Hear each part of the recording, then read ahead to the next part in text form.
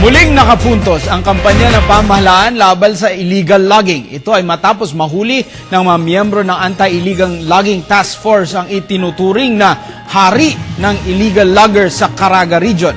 Ang detalye mula kay Eddie Arellano ng PTV Davao.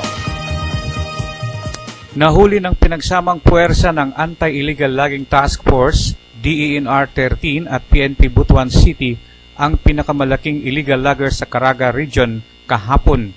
Sa bisa ng search warrant na pinalabas ni Judge Emmanuel Iscatron ng Regional Trial Court Branch 2 ng Butuan, hinalughog ng mga otoridad ang warehouse ni Roland Simblano alias Jero King sa may Purok 3, Barangay Baan ng naturang syudad.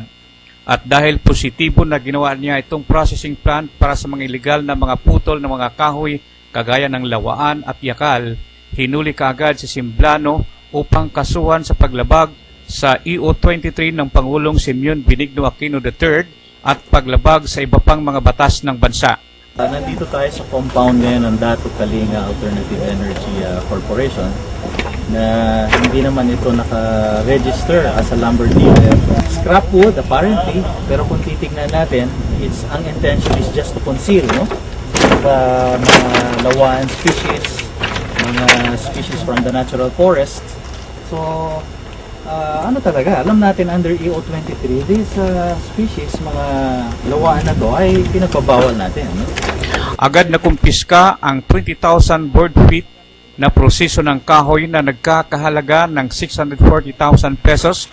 Sa ngayon, tuloy-tuloy pa rin ang inventaryo sa marami pang mga illegal cut lumbers na tinatayang nagkakahalaga ng ilang milyon na nasa compound pa rin ng naturang warehouse na tinabunan lamang ng slabs upang hindi makikita sa labas. Actually, 2 weeks ago, marami ng mga reports na na-receive namin tungkol sa illegal operation ng taong nahuli natin. After na-confirm natin ng area na may lamang kahoy, mga tablon at plitsis, nag-secure tayo ng search warrant kasama ang Butuan City Police Office at ang Regional Office ng DNR. Malaki naman ang pasasalamat ni Assistant Secretary Mendoza kay Mayor Ferdinand Amante ng Butuan dahil sa tulong nitong legal at suporta sa kampanya kontra illegal logging.